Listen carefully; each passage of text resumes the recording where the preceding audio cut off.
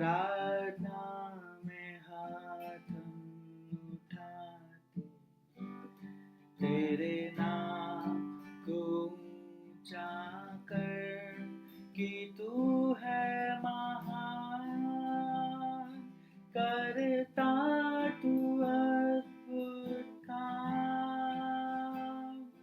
तेरे जैसा कोई नहीं,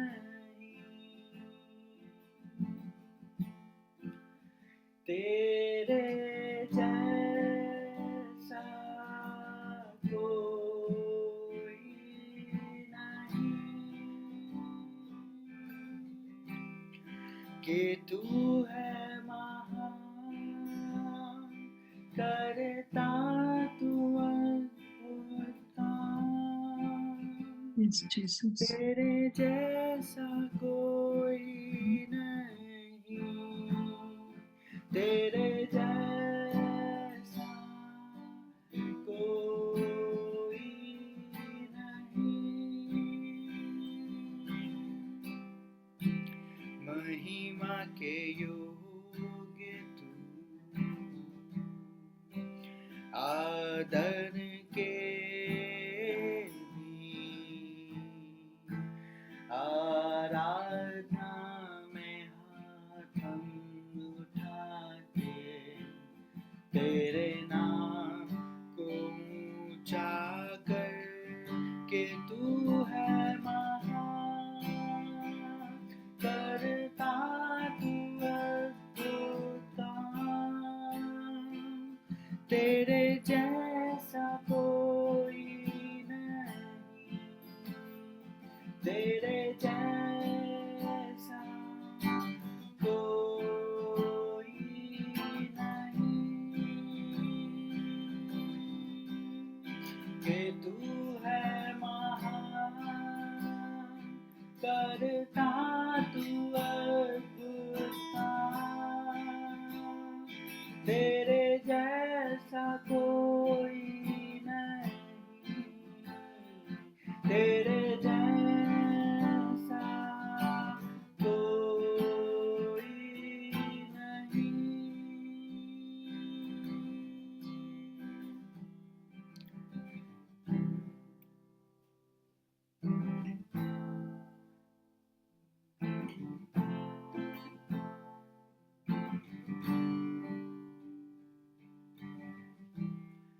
हम गाएं स्वर के संग अपने राजा का एक गीत, जो था और जो है वही आने वाला है। हम गाएं स्वर के संग अपने राजा का एक गीत, जो था और जो है वही आने वाला है। हालेलुया में, हालेलुया में, हालेलुया में, हालेलुया में, हर एक आँख देखेगी महिमा यीशु की, हमेशा के लिए गाएं ये विजय गीत। हर एक आँख देखेगी महिमा यीशु की, हमेशा के लिए गाएं ये विजय गीत। हालेलुया में,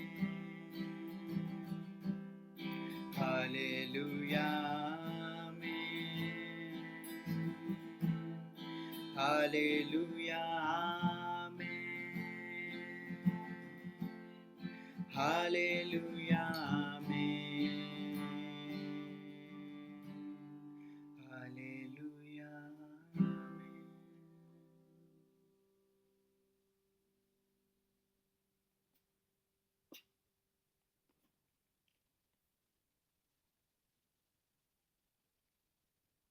शालोम, शालोम और शालोम।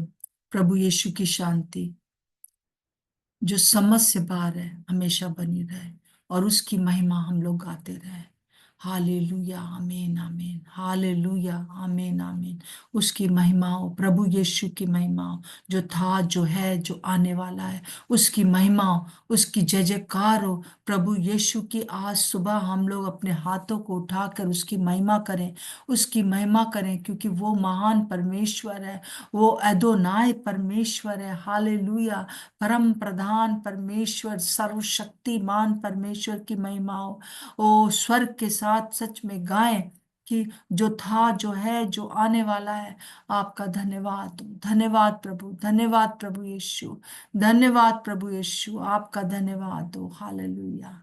शक्खरी कलाबा, हालेलुया। धन्यवाद हो प्रभु, आपका धन्यवाद हो। आमीन आमीन आमीन आमीन। प्रभु यीशु मसीह का धन्यवाद हो। हम प्रभु यीशु का धन्यवाद देते हैं। हम लोग जिस प्रकार से देखते आ रहे हैं इस वचन को, याकूब 4:7 के अनुसार, परमेश्वर के अधीन हो जाओ और फिर शैतान का सामना करो तो वो तुम्हारे पास से भाग जाएगा। Hallelujah, hallelujah. हमने देखा था कि किस प्रकार से हम अपने परमेश्वर को कौन है उसको हर समय पहचानते रहे, और जैसे अभी हमने गाया है उसको महिमा देते रहे, महिमा देते रहे। वो उस परमेश्वर को महिमा मिले जो कि जो है जो था जो रहेगा हमेशा हमेशा के लिए। और प्रभु सर्वशक्तिमान है, परम प्रधान है, वो यहोवा चंगा करने वाला है। हमारा प्रभु यीशु मसीह चंगा करने वाला है। हम उसकी महिमा करते रहें।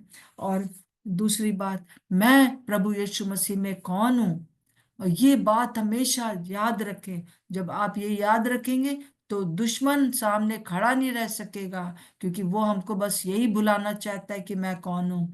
और फिर उसके बाद हम इस बात को याद रखें कि हम लोग जयवंत से भी बढ़कर हैं। हम विजयी हैं, हम विजयी हैं, हम जयवंत से भी बढ़कर हैं। हर समय इस बात को, 5 बातों को याद रखें।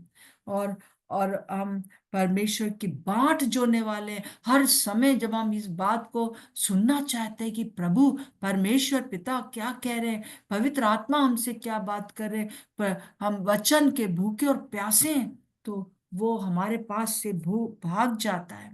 फिर हमने देखा कि अगर हम पाखंडी नहीं है तो हमारे सामने वो खड़ा नहीं रह सकता। हम पाखंड, अगर पाखंड है तो वो हमारे ऊपर अटैक करता है, मतलब कि जो हम कहते हैं वो करते नहीं है। विश्वास का कर्म बिना अधूरा है। ओ प्रभु यीशु के नाम से इस बात को पर विश्वास करें और वैसा काम भी करें, चाहे कैसी भी कठिन बात क्यों ना हो। अब्राहम के समान, राब वेश्या के समान परमेश्वर के साथ एक घनिष्ठ संबंध हमारा बना रहे। जब वो दुश्मन जब आता है और देखता है कि हमारा संबंध उसके साथ अटूट है, तो वो भाग जाता है। पहले कोशिश करता है हम लोगों को अलग करने के लिए, परंतु जब वो देखता है कि अरे इसका तो संबंध प्रभु के साथ अटूट बना हुआ है, और वो ऐसे प्यार करता है, ऐसे प्यार करती है जैसे प्रभु यीशु मसीह हमसे प्यार करते हैं, वैसे ये प्यार करती है, वैसे वो लिपटी हुई है प्रभु में, तो वो भाग जाता है। फिर हमने कल देखा कि किस प्रकार से जब हम धन्यवाद देते हैं हर बात के लिए, जैसा कि पहला तीमुथियुस 5:18 में लिखा है, हर बात में धन्यवाद करो क्योंकि तुम्हारे लिए मसीह यीशु में परमेश्वर की यही इच्छा है। हालेलुया। हर बात में धन्यवाद दो, हर बात में उसके अधीन हो जाओ, धन्यवाद दो कि ये हो चुका, ये काम हो चुका है। धन्यवाद का मतलब है थैंक यू, ये मुझे मिल गया। थैंक यू का मतलब है हाँ ये हो गया। हम विश्वास करें, बिना देखी हुई वस्तुओं का पर विश्वास करना ही, अनदेखी वस्तुओं का विश्वास करना ही विश्वास है। प्रभु का धन्यवाद हो। और आज जो है 8वीं बात है, और 8वीं बात के लिए मैंने आराधना से कहा है कि वो बताएगी, और प्रभु की अगुवाई में होकर हम लोगों ने ये निर्णय लिया है। आज आराधना हमारे बीच में है। आराधना ये आपका समय है।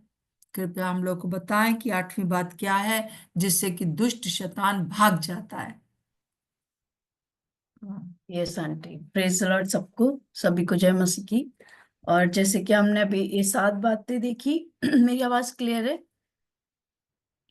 मैम? हमने जैसे कि अभी ये 7 बातें देखी जैसे आंटी ने बताई, और मैं सोचती हूँ कि ये जो है एक कुंजी के समान है प्रभु के राज्य में और इनहेरिट करने के लिए, और ज्यादा मतलब जो परमेश्वर ने जिस काम के लिए हमको बुलाया है, जो लेने के लिए, वो उसमें हमको जाने के लिए ये एक कुंजी के समान है। और जैसे कि आज हम लोग 8वीं बात देख रहे हैं कि 8वीं बात जो है वो ये है कि वचन को जो है वो वचन को पढ़ना, और ना सिर्फ पढ़ना पर वचन को जो है जॉयफुली पढ़ना।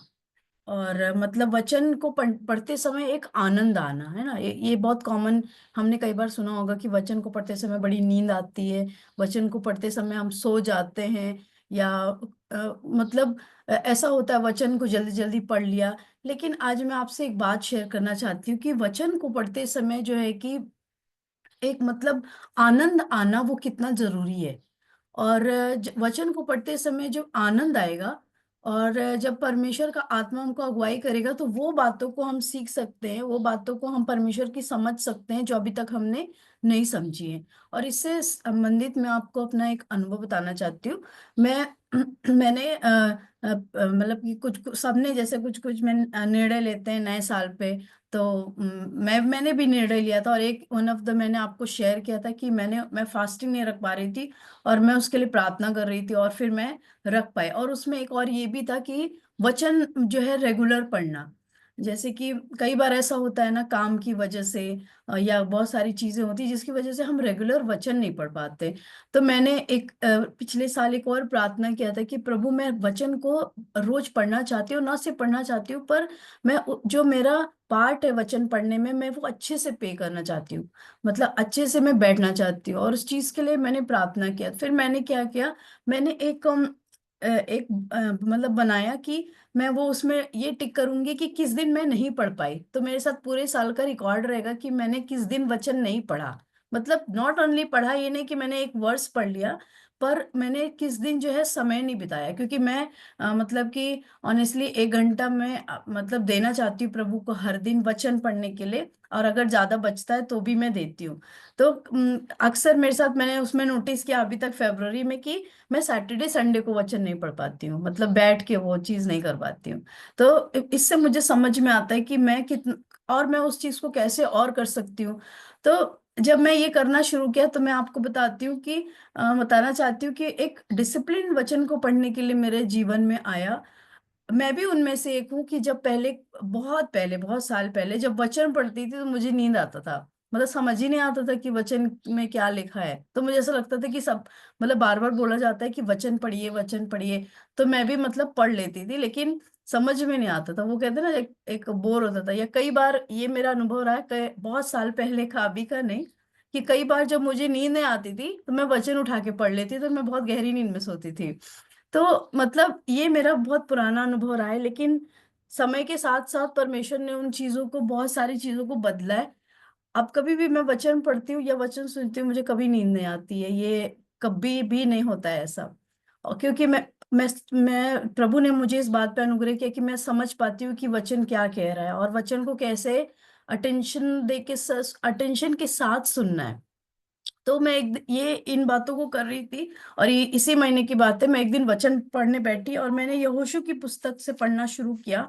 और मुझे अच्छी लगती है यहोशू की पुस्तक, और उसके पहले की चीजें भी पढ़ी थी। लेकिन जब मैं यहोशू की पुस्तक पे आई, और मैं उस दिन प्रार्थना कर रही थी कि प्रभु, इस किताब को मैं पढ़ूंगी, और जो बातें अभी तक मुझे नहीं पता है ना, आप समझते हैं ना कि मतलब हर बार रिलेवेंट होता है कि कुछ नया मिलता है हमको वचन पढ़ते हैं। जब हम वही किताबें हमारे पास, वही 39-27 बुक्स हैं, लेकिन जब हम हर साल जब उसको मतलब हम निर्णय लेते हैं कि हम इसको पढ़ेंगे, तो वही चीजें हमको फिर से मिलती हैं, मतलब मीन्स नई चीजें मिलती हैं, मुझे मिलती हैं।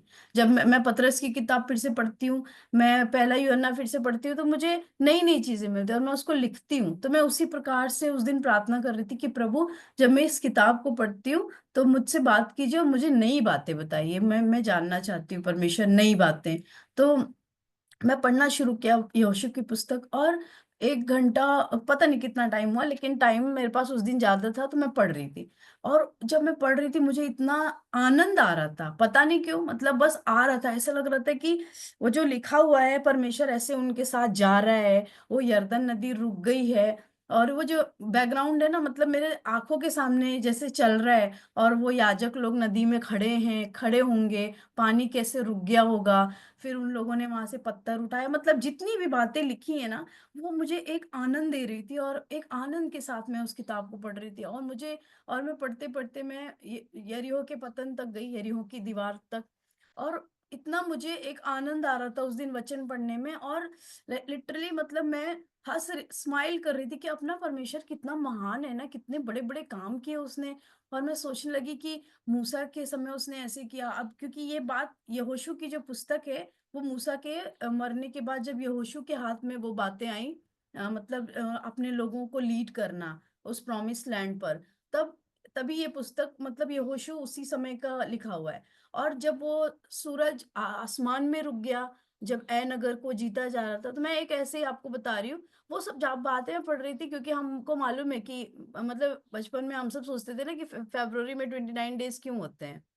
मेरे मन में भी ये क्वेश्चन आता था कि ऐसे क्यों 4 साल में एक दिन फरवरी में क्यों बढ़ जाता है। लेकिन जब हम वचन पढ़ते हैं तो हमें मालूम है कि यहोशू ने वो एक दिन पूरा लिखा है कि एक पूरा दिन वहां पे सूरज आसमान में थमा था, और इससे पहले ये बात कभी नहीं हुई। मतलब क्या परमेश्वर ने, यहोशू ने बोला और परमेश्वर ने सुना, है ना। तो एक दिन पूरा सूरज रुक गया, जबकि ये परमेश्वर के हाथ में हर दिन सूरज निकालना, हर दिन उसको ढलाना। लेकिन जब यहोशू ने बोला वो थम गया। तो ये सब बातें जब मैं पढ़ रही थी मुझे एक बहुत आनंद आ रहा था। और मैंने इस चीज को ऑब्जर्व किया कि ये पवित्र आत्मा ने हमको किया, पवित्र आत्मा अ, चाहते कि हम उस चीज को, जैसे कि जब हम वचन को पढ़ते हैं तो एक आनंद आए हमारे अंदर, है ना। कभी कभी मेरे साथ एक बार और ऐसा हुआ, मैं एक दिन बहुत रो रही थी वचन को पढ़ के, और अम, वो एक पता नहीं बहुत दुख आ रहा था उस समय उस पोर्शन को पढ़ के। लेकिन इस समय मैंने देखा कि एक आनंद आ रहा था, मुझे मजा आ रहा था वचन पढ़ने में। और मैं आपको थोड़ा शेयर करती हूँ कि मैं क्या पढ़ रही थी। यहोशू उसका यहोशू मैं उसका 1 से पढ़ रही हूँ, पहले अध्याय से पढ़ रही हूँ। यहोवा के दास मूसा की मृत्यु के बाद यहोवा ने उसके सेवक यहोशू से, जो नून का पुत्र था, कहा, मेरा दास मूसा मर गया है, इसलिए अब तू उठ, कमर बांध, और इस सारी प्रजा समेत यरदन पार होकर उस देश को जा जिसे मैं उनको अर्थात इजराइलियों को देता हूँ। उस वचन के अनुसार जो मैंने मूसा से कहा, अर्थात जिस जिस स्थान पर तुम पांव धरोगे वह सब मैं तुम्हें देता हूँ। जंगल और उस लबनोन से परात महानद तक, सूर्यास्त की ओर महासमुद्र तक, हित्तियों का सारा देश तुम्हारा भाग ठहरेगा। तेरे जीवन भर कोई तेरे सामने ठहर ना सकेगा। जैसे मैं मूसा के संग रहा वैसे ही तेरे संग भी रहूंगा, और ना तो मैं तुझे धोखा दूंगा और ना तुझको छोड़ूंगा। इसलिए हियाव बांधकर दृढ़ हो जा, क्योंकि जिस देश के देने की शपथ मैंने इन लोगों के पूर्वजों से खाई थी उसका अधिकारी तू इन्हें करेगा। हम देखते हैं कि ये, मतलब ये हमको मालूम है कि जो लोग इज़राइल से निकल के आए थे वो रास्ते में ही मर गए, अनाज्ञाकारिता, और बहुत साल 40 इयर्स वो विल्डरनेस में थे। अब ये जो जनरेशन है वो न्यू जनरेशन है जिसको यहोशू को लीड करना है।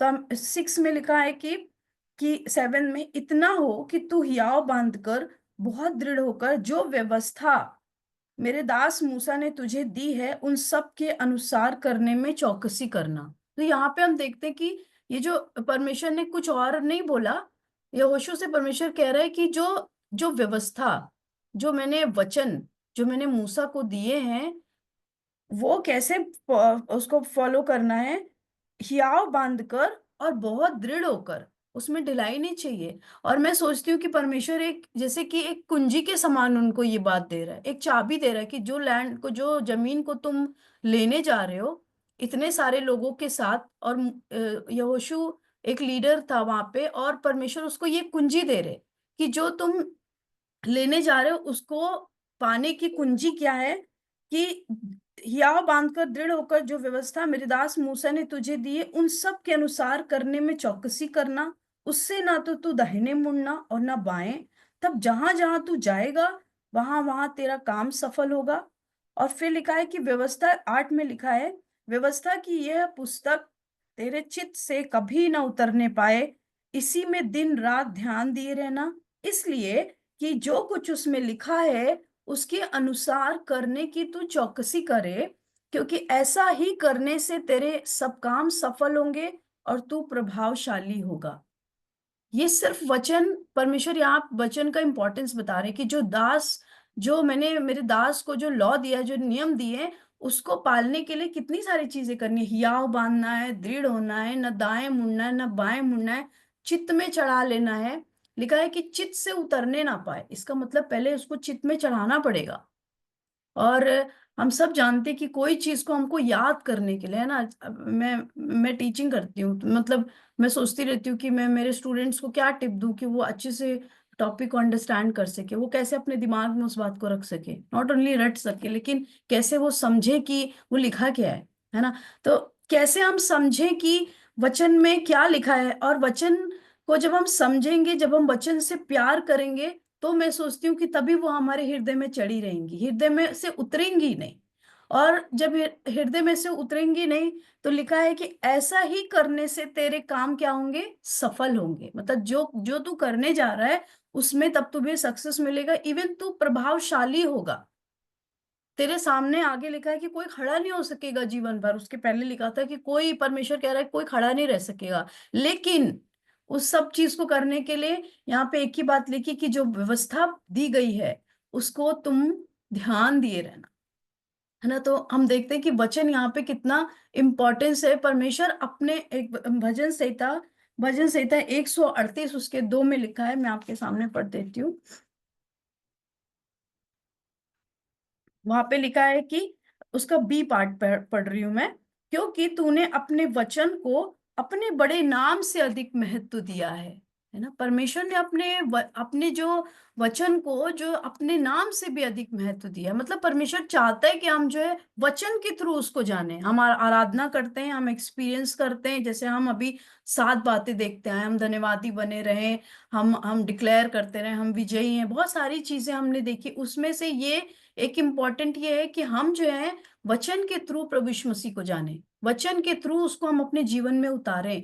और ये तभी होगा जब हम वचन को अभ्यास करने के लिए, वचन को पढ़ने के लिए हम पवित्र आत्मा से एक जॉय मांगे, है ना। हम हर दिन सुबह, मैं कोशिश करती हूँ कि हर दिन सुबह मैं जुड़ती हूँ और हर दिन मैं सुनती हूँ, ये भी सुनती हूँ, लेकिन मैं परमेश्वर जो मुझे क्या देना चाहते हैं, मैं कोशिश करती हूँ कि हर दिन मैं बैठ के सुनूं कि प्रभु आज वचन से मुझसे क्या बात करना चाहते हैं। और ये, इसमें हमारा और आपका टाइम जाएगा, इसमें हमारा और आपका कंट्रीब्यूशन चाहिए प्रभु को, बैठना चाहिए प्रभु को, अपना जो परमेश्वर बताए वो लिखना चाहिए। कई बार नहीं भी बताते, लेकिन अक्सर मैंने देखा है कि जब हम पढ़ते, मैं पढ़ती हूँ तो प्रभु कुछ नया बताते हैं, और जरूरी नहीं है कि उसको हम प्रचार ही करें।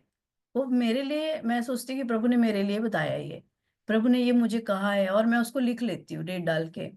तो वचन जो है वो चित्त से ना उतरने पाए, क्योंकि परमेश्वर चाह रहा है कि हम केयरफुली उसको करें। और जब हम इस चीज को केयरफुली करते हैं, हम संभाल के करते हैं, तो जिस लैंड को हम सब, जितने यहाँ बैठे हैं, हम सब सीख रहे हैं।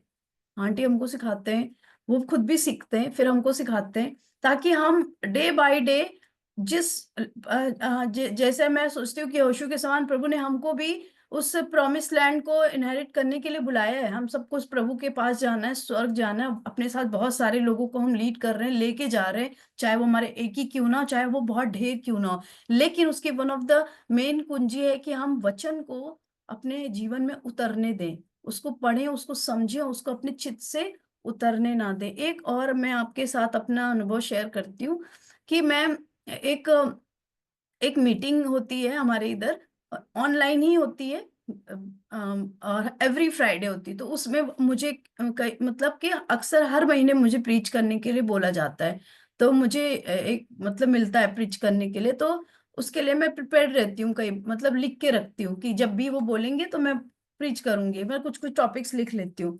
एक बार की बात है कि उन्होंने मतलब उन्होंने मुझे बोला कि आपको सिस्टर वचन बोलना है। तो मैंने कहा ठीक है। तो 40 to 45 मिनट मेरा टाइम रहता है। फिर मैं बहुत बिजी थी उन दिनों में, मैं कर नहीं पाई। और दिन आ गया, ऐसा 2 ही दिन बचा हुआ था।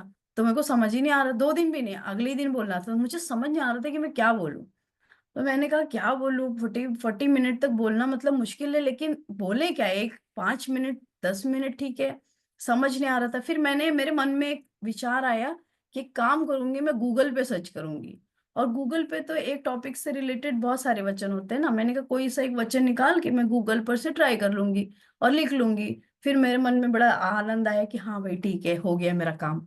लेकिन थोड़ी देर के बाद मुझे कुछ अच्छा सा नहीं लग रहा था, एक बेचैनी हो रही थी। और एकदम से एक आवाज मैंने सुनी, जैसे प्रभु ने कहा, फिर पवित्र आत्मा का क्या काम है। फिर मैं थोड़ा देर सोचती रही कि हाँ बात सही है, मैंने तो प्रार्थना भी नहीं की कि मुझे क्या बोलना है। फिर मैंने कहा कि ठीक है, मैं बैठूंगी और मैं जितना मैंने पहले से लेके अभी तक पढ़ा है उसमें कोई ना कोई टॉपिक तो होगा जिसमें मैं इतनी देर बोल सकती हूँ। फिर मैं बैठी, प्रार्थना किया अन्य भाषा में।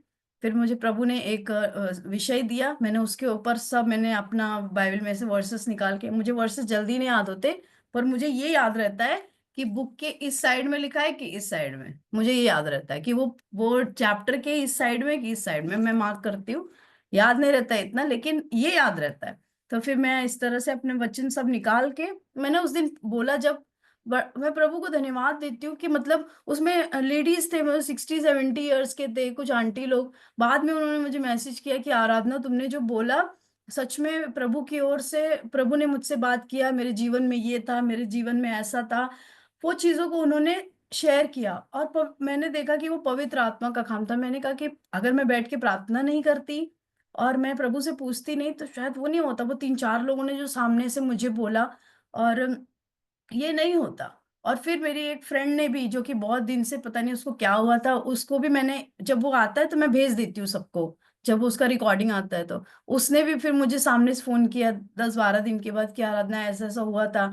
तो परमेश्वर का धन्यवाद हो। मैं ये नहीं कह रही हूँ कि गूगल सर्च करना कोई बुरी बात है, हम गूगल सर्च कर सकते हैं प्रभु के लोगों के बारे में, हम जान सीखते हैं, कई बार हमको यूट्यूब पे मिल जाता है।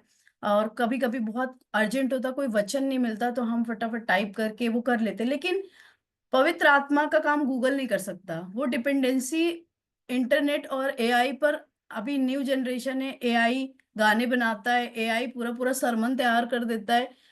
लेकिन पवित्र पवित्र आत्मा का काम पवित्र आत्मा ही कर सकते हैं। और उससे और वो जब काम करेंगे तो सिर्फ हम हमारे नहीं, पर हमसे जो जुड़े हैं बहुत सारे लोग के जीवन में एक रिवाइवल लेकर आएंगे। तो मैं ये बोलना चाहती हूँ कि बैठ के अपना समय देना, अपने आप को डिसिप्लिन करना वचन पढ़ने के लिए, अपने आप को खर्च करना प्रभु को भाता है। और तब परमेश्वर जो है वो हमारे अंदर एक जॉय को लेकर आते, हमारे अंदर वचन पढ़ने के प्रति एक उत्साह आता है, और हम नई चीजों को सीख पाते। जो रेवलेशन जो प्रभु ने आपके और मेरे लिए रखा, मैं विश्वास करती हूँ कि आंटी के लिए अलग रेवलेशन होगा, आप में से कई लोग हैं, आप लोग के लिए प्रभु ने उसी वचन को लेके अलग रेवलेशन रखा होगा, मेरे लिए अलग रेवलेशन है। लेकिन जब हम बैठते हैं वचन को पढ़ने के लिए प्रार्थना करके, तभी वो रेवलेशन हमको मिलेगा। और दूसरों मतलब सुनना जरूरी है प्रभु के लोगों को, लेकिन हमको प्रभु से डायरेक्ट भी सुनना जरूरी है, और वो सिर्फ तब हो सकता है जब हम वचन को पढ़ने के लिए बैठें। तो मैं आज यही शेयर करना चाह रही थी कि जो वचन का पढ़ना है वो। और एक चीज और बताती हूँ कि बहुत साल पहले जब अर्पण भैया की शादी भी नहीं हुई थी, और जब भी मैं मतलब भैया मीटिंग लेते थे, मैं जाती थी वेंसडे और ट्यूसडे और वेंसडे की मीटिंग में। तो मतलब बहुत साल पहले की बात है कि वो वचन लेते थे, तो वो बोलते थे हमेशा कि वचन को कॉन्टेक्स्ट में पढ़ने का, ऊपर और नीचे। ऊपर भी पढ़िए कि क्या लिखा है, वो किस कॉन्टेक्स्ट में लिखा है। एक वचन को ले, जैसे हम लोग एक वचन ले लेते कि प्रभु ने कहा तुझे मैं पूंछ नहीं वरन सिर बनाऊंगा, तुझे नीचे नहीं परंतु ऊपर रखूंगा। मैं कई बार देखती हूँ कि लोग इतना ही लेते, लेकिन उसके ऊपर लिखा हुआ है कि जो कुछ मैंने तुझे मानने के लिए कहा है उसको करने के लिए तू चौकसी कर, उसमें से कुछ भी अप डाउन होना नहीं चाहिए, फिर मैं तुमको पूछ नहीं वरन सिर बनाऊंगा। तो पहले हमको वचन को मानना है, जो प्रभु ने कहा है उसको ध्यान देना है, सुनना है, उसके अनुसार करना है, फिर हमको प्रभु पूंछ नहीं सिर बनाएगा, फिर हमको नीचे नहीं परंतु ऊपर रखेगा। तो ऊपर और नीचे और बीच में वो सब को वो पढ़ना बहुत जरूरी है ना। ब्लेसिंग का पार्ट कई बार हम लोग ले लेते हैं, राइट, लेकिन जो ऊपर आज्ञा दी होती है और वो चीज कई बार छूट जाती है। तो मैं ये बताना चाहती थी कि कॉन्टेक्स्ट में पढ़ना भी बहुत जरूरी है, कि हम किस कॉन्टेक्स्ट में वचन को पढ़े, उसके उस किस विषय में वो लिखा हुआ है। तो ये चीजें हैं जो धीरे धीरे हम लोग सीख सकते हैं, और इस तरह से परमेश्वर अपने वचन के द्वारा हमारे अंदर और ज्यादा उतर सकते हैं। तो aunty, over to you. Thank you. Aunty unmute कर लीजिए आप। थैंक यू आराधना इस बात को बताने के लिए कि सचमुच में वचन पढ़ना और उसके द्वारा पवित्र आत्मा की आवाज को सुनना बहुत इम्पोर्टेंट है। और जैसे कि आराधना ने कहा कि आपके लिए कुछ और बात हो और तरीका से प्रभु बताएगा और दूसरे को किसी और तरीके से। सचमुच में जैसे कि लिखित वचन है और रेमा वर्ड है। रेमा वचन भी है। रेमा है कि वो मेरे लिए किस प्रकार से है, इस बात को समझना। और लिखित वचन है, और लिखित वचन जो है आप सर्च करेंगे आपको मिल जाएगा। परंतु उसी लिखित वचन को रेमा बनना, मेरे लिए बनना बहुत जरूरी है। तभी जो है हम जो है ये एक्चुअली में ये 8 बातें और भी आने वाले दिनों में जो बातें हम बताएंगे कि परमेश्वर के अधीन हो जाओ और शैतान का सामना करो तो वो तुम्हारे पास से भाग जाएगा। ये सब रिलेटेड है। जैसे 7 बातें जो मैंने सुबह अभी आपके सामने दोहराई, पिछले दिनों हम कर रहे हैं, वो बातें 8वीं बात जो है वचन के बिना अधूरी है। अगर आपको वचन नहीं मालूम है तो आप कैसे जानोगे कि प्रभु कौन है? आप कैसे जानोगे कि आप कौन है? आप कैसे जानोगे कि आप जीते हुए हो? आप कैसे जानोगे कि आपका घनिष्ठ संबंध प्रभु के साथ कैसे हो सकता है? आप कैसे जानोगे कि पाखंड क्या है? विश्वास तो कर रहे हैं परंतु कर्म नहीं कर रहे हैं, तो और जैसा प्रभु ने लिखा है वैसा नहीं कर रहे हैं, तो वो कैसे जानेंगे? सब कुछ तो जो जो सेंटर जगह है वो है बाइबल। बाइबल से ही हम जानेंगे। और जब शैतान आपको पास आएगा कुछ करने के लिए, तो वो कैसे भागेगा? जब वो देखेगा कि अरे भैया इसके अंदर तो वचन है, और ये इस बात को भी जानती है कि ये वचन जो है उसके लिए क्या काम कर रहा है।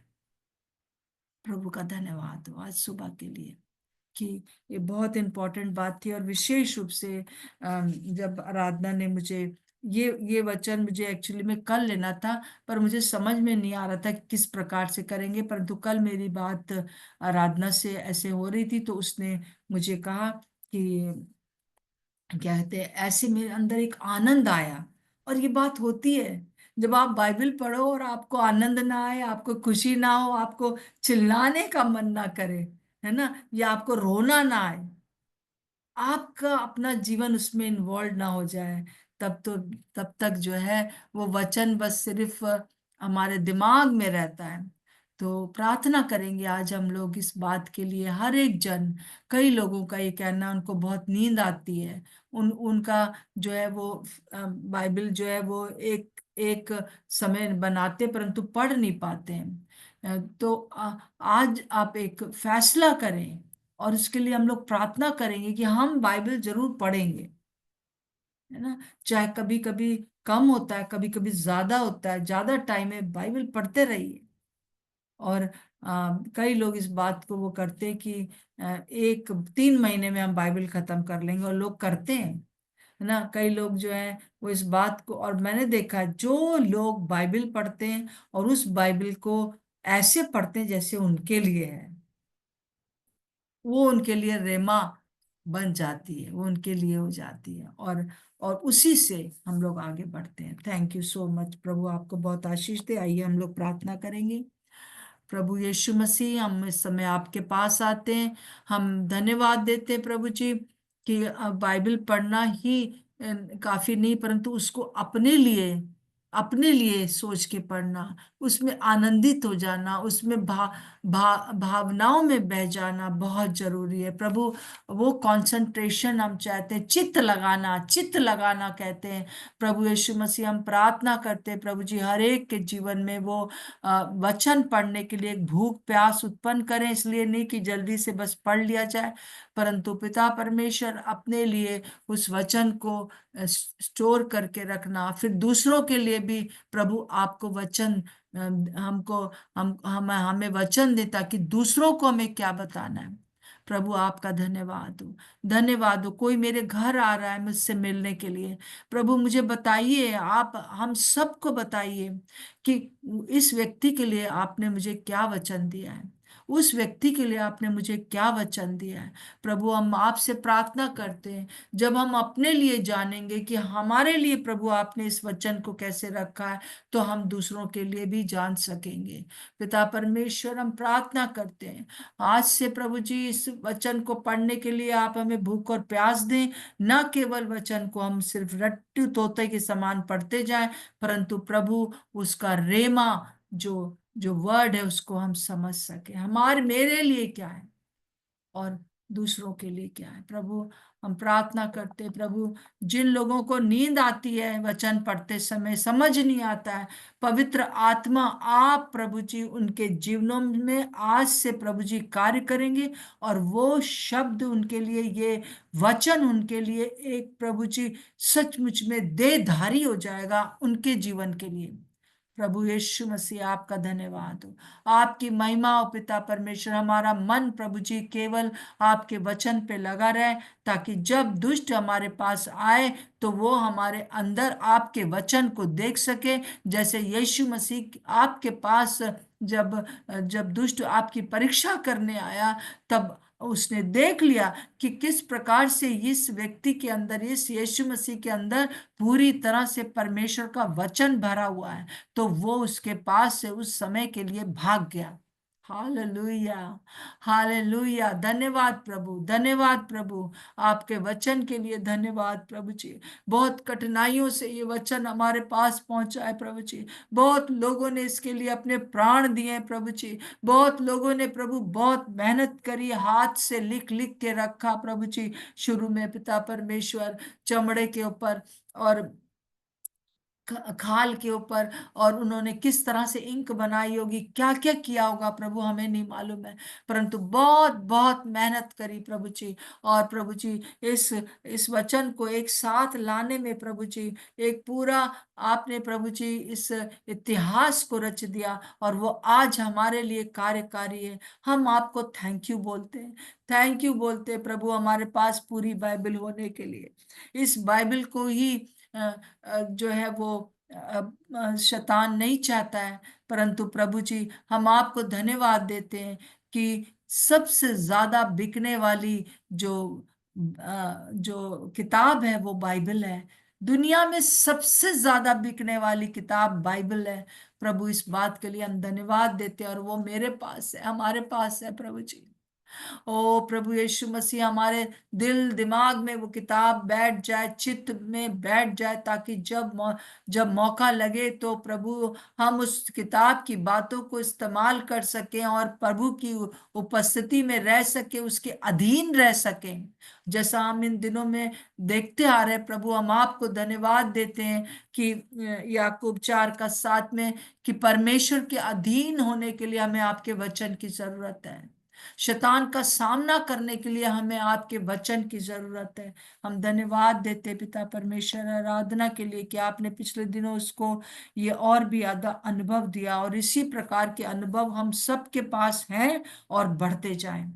और जिन लोग प्रभु जी जिनको मन नहीं करता वचन पढ़ने का, वो आज से इस वचन को पढ़ने के लिए एक समय नियुक्त करें, और प्रभु, और अगर समय नहीं भी पढ़ पाते तो भी कभी ना कभी सोने से पहले, उठने से किसी भी टाइम प्रभु जी आपके वचन को पढ़ने के लिए उनकी सहायता करें। यीशु मसीह के नाम से मांगते हैं, आमीन और आमीन। सो प्रभु का धन्यवाद हो कि प्रभु हमारे साथ है, और वो हमें अपने वचनों में आगे बढ़ाना